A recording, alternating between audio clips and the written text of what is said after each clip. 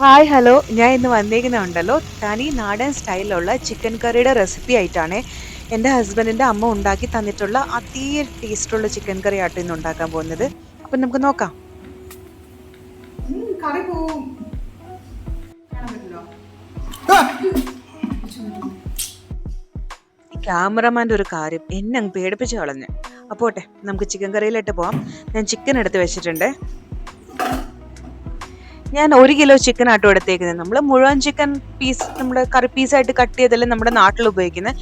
ഞാനിവിടെ ചെറിയ ചെറിയ ചിക്കൻ കാല് കിട്ടിയോണ്ട് ഞാൻ ഇങ്ങനെ 1 കിലോ ചെറിയ കുഞ്ഞു ചിക്കൻ കാലാട്ടോ വാങ്ങിച്ചിരുന്നത്. 14 പീസ് ഉണ്ടായിരുന്നു അതിൽ.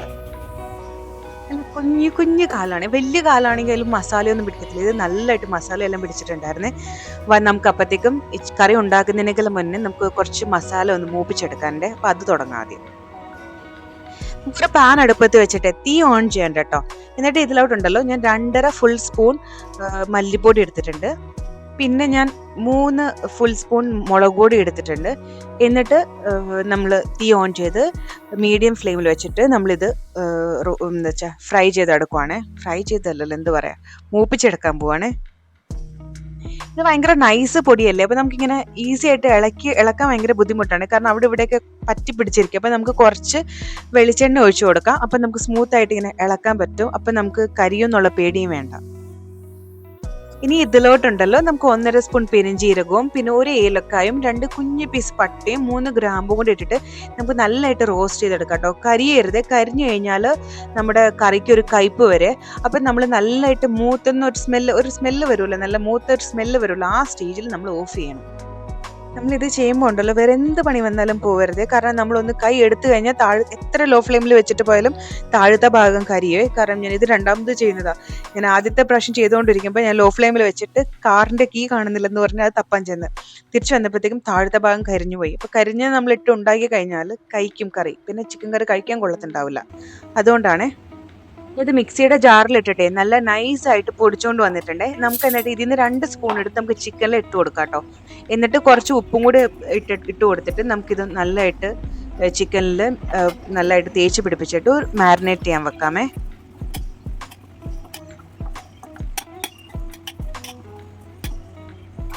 ഇനി ഞാൻ ചിക്കൻ കറി ഉണ്ടാക്കാൻ ചിക്കൻ അല്ലാണ്ട് ഞാൻ എടുത്ത സാധനങ്ങൾ എന്തൊക്കെയാന്ന് പറയാം. ഞാൻ 1 പിടി കുഞ്ഞുള്ളി എടുത്തിട്ടുണ്ട്, 3 എന്താ പറയുക സവാള എടുത്തിട്ടുണ്ട്, 1 തക്കാളി വലിയൊരു തക്കാളി എടുത്തിട്ടുണ്ട്, കുറച്ച് ഇഞ്ചിയും വെളുത്തുള്ളിയും കൂടി ചതച്ചെടുത്തിട്ടുണ്ട്, 5 പച്ചമുളകും എടുത്തിട്ടുണ്ട്, കുറച്ച് കറിവേപ്പിലയും എടുത്തിട്ടുണ്ട് കേട്ടോ. അപ്പം നമുക്കിതെല്ലാം ഒന്ന് കട്ട് ചെയ്തെടുക്കാമേ.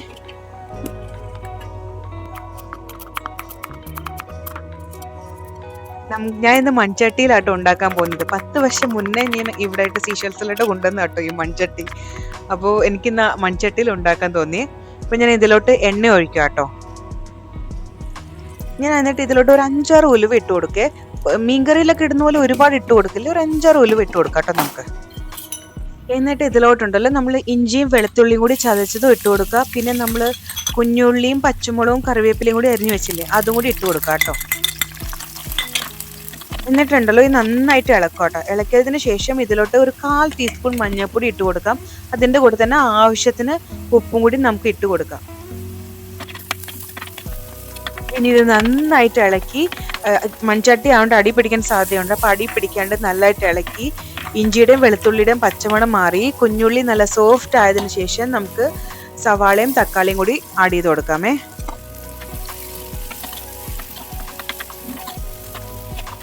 ഇത് നന്നായിട്ട് ഇളക്കിയിട്ടുണ്ടല്ലോ നമുക്ക് അടച്ചു വെച്ച് വേവിക്കാമേ. എന്നിട്ട് ഇടയ്ക്ക് തുറന്ന് നന്നായിട്ട് ഇളക്കി നമ്മൾ പിന്നെ അടച്ചു വെച്ച് ഈ സവാളയും തക്കാളിയും നന്നായിട്ട് വഴണ്ട് വരുന്നവരെ നമുക്ക് ഈ സ്റ്റെപ്പ് റിപ്പീറ്റ് ചെയ്യാം കേട്ടോ. ഇടയ്ക്കൊന്ന് തുറന്ന് നോക്കണം, കാരണം അല്ലെങ്കിൽ അടി പിടിക്കും. എന്നിട്ട് നമുക്ക് സവാളയും എല്ലാം വഴണ്ട് നല്ല സോഫ്റ്റ് ആയിട്ട് വരുമ്പോഴത്തേക്കും നമുക്ക് ബാക്കിയുള്ള മസാലപ്പൊടികൾ ആഡ് ചെയ്യാം. ഇനി ഇതിലോട്ടുണ്ടല്ലോ നമ്മൾ പൊടിച്ചു വെച്ച മസാലപ്പൊടി ഉണ്ടല്ലോ, അത് മൊത്തത്തോടെ ഞാൻ ഇതിലോട്ട് ഇട്ട് കൊടുക്കുകയാണ്. അതിൻ്റെ കൂടെ തന്നെ 2 ടീസ്പൂൺ ചിക്കൻ മസാലയും കൂടി ആഡ് ചെയ്യുന്നുണ്ട്. അത് ഏത് ബ്രാൻഡിൻ്റെ ആയാലും കുഴപ്പമില്ല. ഈ മസാലപ്പൊടി നമ്മൾ ഒരുപാടിട്ട് മൂപ്പിക്കേണ്ട കാര്യമൊന്നുമില്ല കേട്ടോ. നമ്മൾ ഈ സവാളയായിട്ടൊന്ന് മിക്സ് ആവുക, അത്രേ ഉള്ളൂ കേട്ടോ. കാരണം നമ്മൾ ഓൾറെഡി മൂപ്പിച്ചതാണല്ലോ. ഇനി ഇതിൽ നിന്നുണ്ടല്ലോ ഞാൻ 2 സ്പൂൺ എടുത്ത് മാറ്റുക കേട്ടോ. ഇത് വേണമെങ്കിൽ ചെയ്താൽ മതി കേട്ടോ. അപ്പോൾ നമുക്ക് നമ്മൾ തിക്കായിട്ടുള്ള ചിക്കൻ കറി കേട്ടോ, ഒന്ന് മിക്സിയിൽ അടിച്ചിട്ടൊന്ന് തിരിച്ച് ആഡ് ചെയ്ത് കൊടുത്താൽ നല്ല തിക്കായിട്ടുള്ള ചിക്കൻ കറി കേട്ടോ. അതിന് വേണ്ടിയിട്ടാണ്. ഇനി ഇതിലോട്ട് നമുക്ക് ചിക്കൻ ആഡ് ചെയ്ത് കൊടുക്കാം കേട്ടോ. എന്നിട്ട് ഈ മസാലയും ചിക്കനുമായിട്ട് നല്ലതായിട്ട് മിക്സ് ചെയ്തതിന് ശേഷം നമുക്ക് അടച്ച് വെച്ച് വേവിക്കാമേ. ഈ ചിക്കനിൽ നിന്ന് വെള്ളം വിടുവേ. പക്ഷേ ഈ മൺചട്ടി ആയതുകൊണ്ട് ഞാൻ ഇത് ഓപ്പൺ ചെയ്ത് നന്നായിട്ട് ഇളക്കി നോക്കിയപ്പോഴത്തേക്കും അടിയിൽ ചെറുതായിട്ട് പിടിക്കുന്നുണ്ട്. അതുകൊണ്ട് മാത്രം ഞാൻ കുറച്ച് വെള്ളം ഒഴിച്ചു കൊടുക്കുകയാണ്. നോൺ സ്റ്റിക്ക് ആണെങ്കിൽ നമുക്ക് തനിയെ ചിക്കനിൽ നിന്ന് വെള്ളവും വിടും, അടി പിടിക്കത്തില്ല. മൺചട്ടി ആയതുകൊണ്ട് മാത്രം ഞാൻ കുറച്ച് വെള്ളം ഇപ്പം ആഡ് ചെയ്ത് കൊടുക്കുന്നത്. അല്ലെങ്കിൽ നമ്മുടെ ചിക്കനിൽ നിന്ന് വെള്ളം വിട്ട് കഴിഞ്ഞാൽ നമുക്ക് ആഡ് ചെയ്യേണ്ട കാര്യമില്ല, നിങ്ങൾ നോൺ സ്റ്റിക്കിലാണ് ഉണ്ടാക്കുന്നതെങ്കിൽ.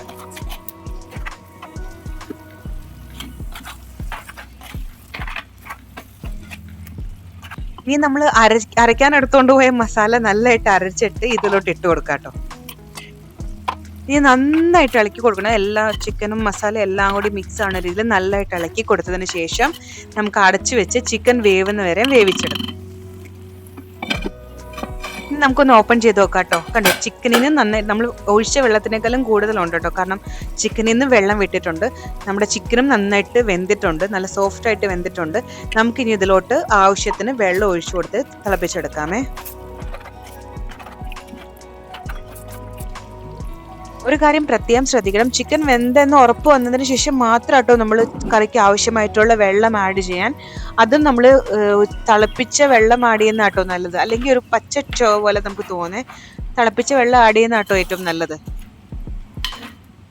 ഞാനിപ്പോൾ ഇതിലൂടെ ഒരു കാര്യം ആഡ് ചെയ്യാം, നിങ്ങൾക്ക് ഇഷ്ടമുണ്ടെങ്കിൽ ചെയ്താൽ മതി കേട്ടോ. ഞാനൊരു പൊടിക്ക് പഞ്ചസാര ആഡ് ചെയ്യും കേട്ടോ. കാരണം എല്ലാ രുചികളും കൂടി എന്താ പറയുക, ഒന്ന് സെറ്റ് ആവാൻ വേണ്ടിയിട്ട് ഒരു പൊടിക്ക് പഞ്ചസാര ആഡ് ചെയ്യുന്നത് നല്ലത്. നമ്മൾ പായസത്തിൽ ഒരു നുള്ളു ഉപ്പിടുന്ന പോലെ ഒരു പൊടിക്ക് ഒരു പഞ്ചസാര ആഡ് ചെയ്യുന്നത് നല്ല കേട്ടോ എപ്പോഴും.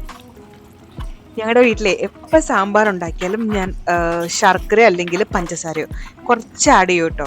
അപ്പോൾ ചില ദിവസങ്ങളിലേ നമ്മൾ ഉണ്ടാക്കുമ്പോൾ നമ്മൾ കൈ അറിയാണ്ട് കുറച്ച് കൂടി പോലും, അപ്പോൾ നമ്മുടെ ഈ മധുരം എടുത്തറിയാൻ പറ്റും. അപ്പോൾ എന്നോട് ചോദിക്കും, ഇന്ന് മധുരം ആഡ് ചെയ്തോ?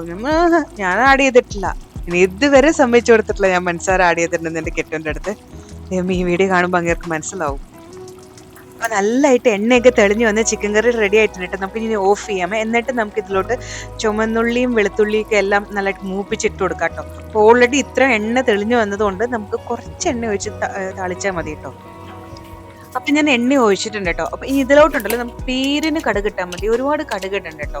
എന്നിട്ട് ഇതിലോട്ട് മറ്റേ ചുമന്നുള്ളി അരിഞ്ഞതും വെളുത്തുള്ളി അരിഞ്ഞതും കറിവേപ്പിലയും പിന്നെ വറ്റൽമുളക് കൂടി ഇട്ടിട്ട് നല്ലതായിട്ട് മൂപ്പിച്ചതിന് ശേഷം നമുക്കിത് നമ്മുടെ ചിക്കൻ കറിയിലിട്ട് ഇട്ട് കൊടുക്കാം കേട്ടോ.